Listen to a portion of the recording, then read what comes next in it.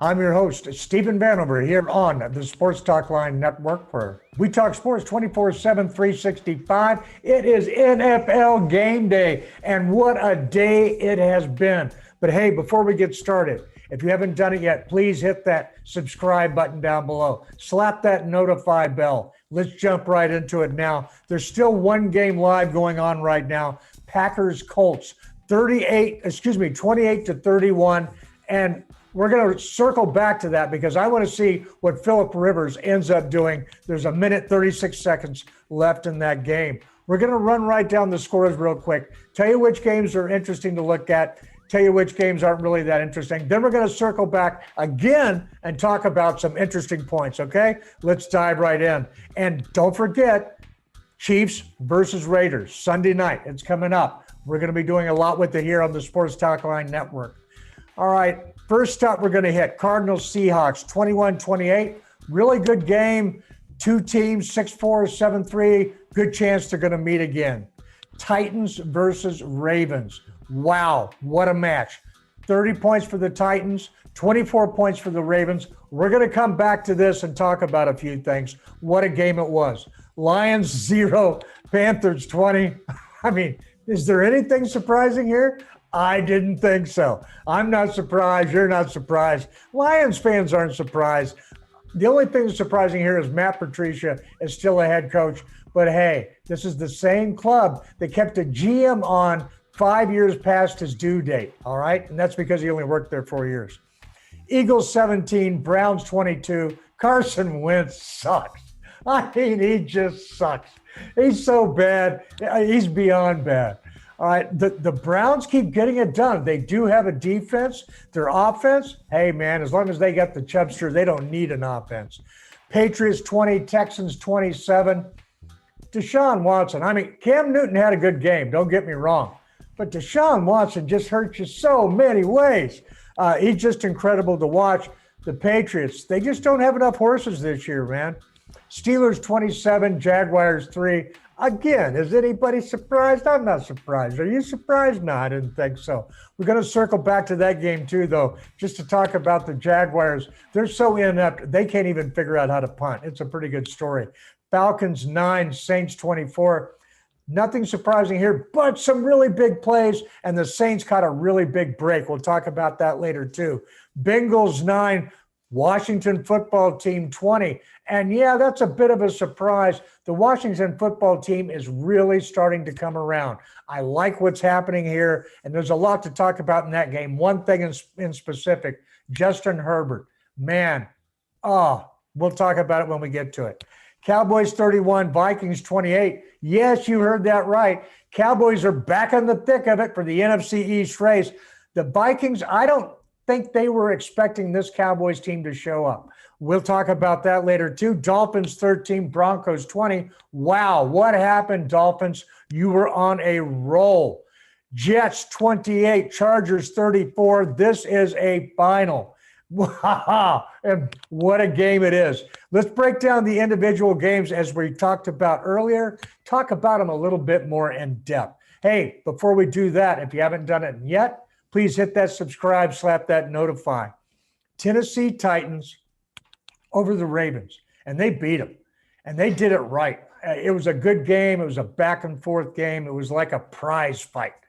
But I have to say, Ryan Tannehill showed his veteran chops. He had a much better second half than he did a first half, made some big plays, and Derrick Henry, this man took a shot in the first quarter that would have chopped down a redwood. Got up, walked off the field, shook his arm a little bit, talked to a trainer for a moment, was back in 2 plays later, and in OT, he put this game away in Derrick Henry fashion. This is a man among boys. Watch this team. As long as the Titans keep playing decent play at quarterback and they have Derrick Henry playing like Derrick Henry, this is a team to watch. You cannot go wrong. Track these guys down. They are fun to watch. The Ravens and Jackson, man, I tell you what, it all boils down to that offensive line. The offensive line is a shell of what it was last season. The Ravens are doing the best they can. Not good enough. Falcons 9, Saints 24. Okay, nobody's surprised about that. But the Saints are either the most cursed team or the luckiest team. They're never just anywhere in between. Today, they caught a severe break because they had a guy with a huge catch, catches the ball, and he actually comes back for the ball. It's a deep throw down the left side. He's trying to go deep. It's a severely underthrown ball from the backup QB, all right? And he has to come back for it hard. He catches the ball. Then he gets up off the ground, and as he's turning around trying to figure out where to make his move, from behind him, okay, a Falcon comes, makes a hell of a play, peanut punches the ball out as he tackles the guy. It is a fumble. The ball is recovered by the Falcons, who pick it up, make a nice return, but wait a minute, no, as Nate would say. I wish he was here for that. It didn't work out that way. There was a defender that went by just as he was catching the ball that, upon replay, you couldn't really tell that he touched him, but they called it on the field that he had touched him as he went down and made the sliding catch, which, according to them, made him down by contact. So his get up and then the peanut punch coming never really happened. It was very confusing. I actually had to watch the replay several times just to figure it out. Check it out for yourself on the highlights. Really a neat play to watch. And hey, if you're a Saints fan, does this make up for the obvious pass interference and getting knocked out of the play? No, it doesn't. It doesn't. Never mind. All right, Bengals at Washington team. Why the Bengals only had 9 points is because their QB, Burrow, got knocked out. He was backed up against his end zone. While Washington pressure was coming all day, they had a ton of sacks. They got to Burrow this time. He went down, looked like a knee injury. They took him off on a cart. Man, I hate that because there's that triumvirate of the rookie QBs. We have Tua, we have Herbert, we have Joe Burrow, Herbert and Tua. I said it twice. That's good. That's because it's really important. And now that whole thing is falling apart today. And we're going to circle back to that when we talk about the Miami game because he was benched. Wow. Okay, Green Bay Packers at the Indianapolis Colts. There's still 12 seconds left in this game. It's 28-31 Colts. Excuse me, no, that is a final now. Oh, that is really cool. And there's 12 seconds left. And this whole game here is, you've got to go to Phillip Rivers, 24-36, 288 yards, 3 touchdowns, 1 interception. He blew it up. He is the real deal. Forget last season. This guy is knocking it out of the ballpark. He looked like the Phillip Rivers of old. He was bringing them back. Aaron Rodgers isn't chopped liver. He's got the Green Bay Packers, within striking distance here. And it is a tie game. It's going to OT. We don't know who's going to win that. Aaron Rodgers is matching Phillip Rivers, 24-34, 297 yards, 3 touchdowns, 1 interception. These guys are like mirror cousins of each other. This is a knock-it-out game. It's going to OT with only 3 seconds left. Wow. Hopefully we'll catch the end of that before we're done. Love to see it. Next up, Jets 28, Los Angeles Chargers 34. Speaking of Phillip Rivers, but not.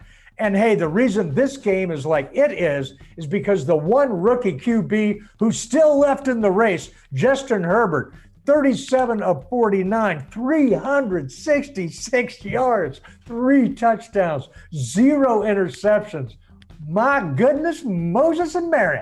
That is some serious stat for any QB, for a rookie QB on the Chargers. Wow. Of course, they are playing the Jets, so take that all with a grain of salt, right? Okay.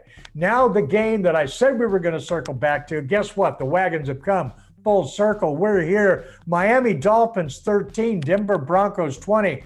I'm not saying that the Denver Broncos aren't a good team. I'm just saying the Miami Dolphins sucked today. And they sucked on offense. And I don't care who was at QB. It started out with Tua. At least he didn't throw a pick, but 11 of 20 for 83 yards. That's not going to win you a football game. So they benched him. Now, they might have benched him for his play, but he had just taken his 5th sack, 5. And so maybe it wasn't all Tua, huh? And he took a shot. They might have taken him out to protect him. They sent Fitzmagic in, and he wasn't Fitzmagic. He was just Fitzpatrick. 12 of 18, 117 yards, one pick. They went down. They had a chance to make a statement here. They still got a good record, but that's not good. The last game we're going to talk about is the Dallas Cowboys versus the Minnesota Vikings. Cowboys 31, Vikings 28. And I want to talk about one thing. I want to talk about the catch. CD Ram.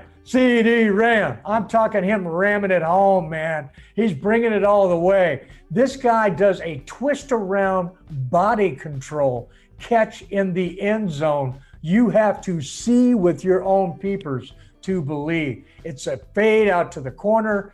I got to admit, Andy Dalton did a beautiful job of putting the ball where only his guy had any chance for it whatsoever. It wasn't going out of bounds. It was just going to where there was green grass. Lamb got on the other side of the defender, and then because the ball was going to be back over his shoulder, he turned and twisted in the air, focused on the ball, brought it down, his whole body laid out, and just smothered that touchdown and made it his own. It was a beautiful thing to watch. Let's say the crowd went wild, right? I mean, the team went wild. They were down there mobbing him, and it really gave the Cowboys juice. Now, their offensive line, it was important because they moved Zach Martin out to right tackle. They started McGovern now at tackle, at guard, Looney at center. This is where the Cowboys had more talent, was the interior nine, not on the outside. Putting a rookie starting at right tackle was not working. They set Steele. This worked. All right, now it wasn't perfect. Dalton did have some pressure, but nothing like what the Cowboys had been giving up before. This offensive line scheme did work, and it worked against the Minnesota Vikings. They're not chopped liver. This is really good news for the Dallas Cowboys' fortunes of moving forward, depending upon how you look at it. Are you I want the high draft pick crew, or hey, I want to take the NFC East crew? Either way you want to go, it's news. As the game went on, you got to give the Cowboys defense credit. Jalen Smith making some hustle plays. They had some turnovers. They had some things go their way because they made it go their way. Now, the defensive backfield for the Cowboys is still a mess. Kirk Cousins had a really nice day. He was putting the ball deep. He was spreading the ball around. Him and Thielen are a thing. They definitely dig each other, pun intended. And that's the way that team is going to move forward or not. Dalvin Cook, come on, 115 yards, a touchdown, 4.3 yards. Yeah, this guy is up for like some major awards this year. But Ezekiel Elliott looked like Ezekiel Elliott, 103 yards, 21 touchdowns, I wish.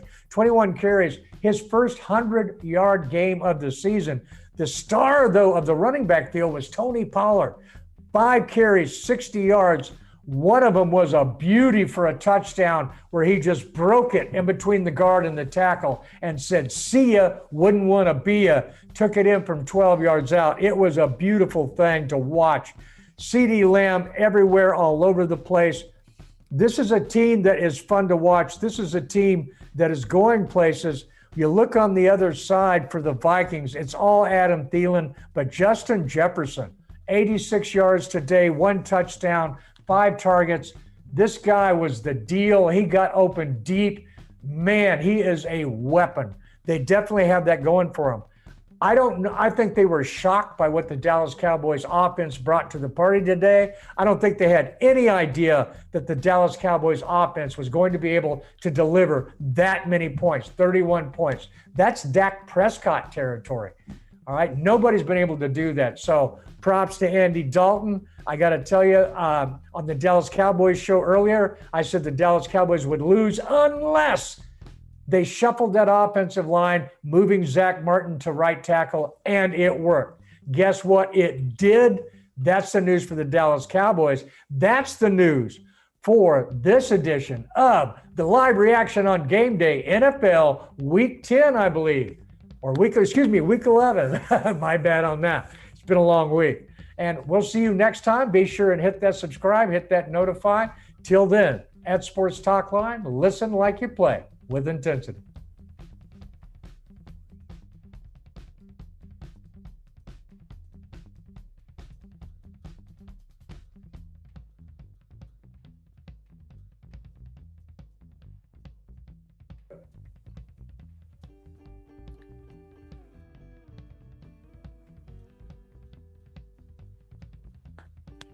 All right, it's time for us to talk about what could very well be the game of the day, and that's saying something because there have been a lot of games of the days, and I'm talking about the Chiefs and the Raiders, and they're going to be playing in Las Vegas.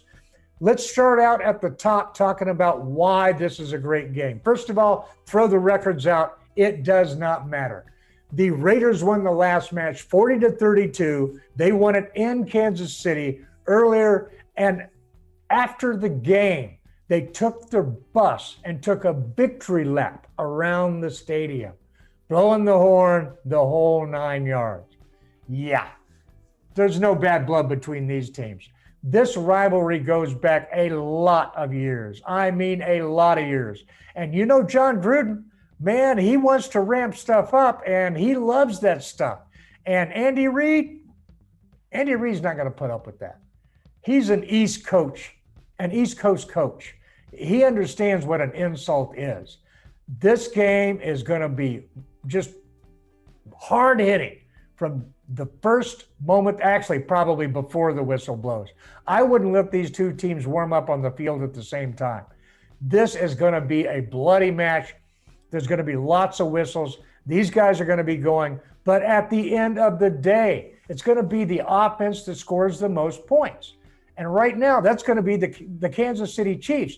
But the Raiders lately have been proving they can do it, and they do it with a combination tough running game off their running back, JJ, who is just blowing it up. He's tough. He's hard. He's got burst. Reminds me a little bit of Ezekiel Elliott of 3 years ago. The guy really has it all, and he moves that offense. But now they've also got speed at the wide receiver positions. I mean, some serious speed. RG3 speed. I mean, these guys can get down there. They can burn you over the top. That's Kansas City's game. They've got the speed as well, but so what? Guess what? So do the Raiders, and they've always loved a long ball, and Gruden loves being there and playing that type of ball. It's working for him. So expect a lot of points. Take the over. The Raiders put up 40 points. They put up a 40-burger last time. They're going to try and do it again this time, and the Chiefs figure they have to score more than 40 to win. Patrick Mahomes, man, I know that he's going to be playing in Las Vegas, but home field advantage ain't what it used to be in the COVID period. Take the Chiefs, man, and more importantly, take the over.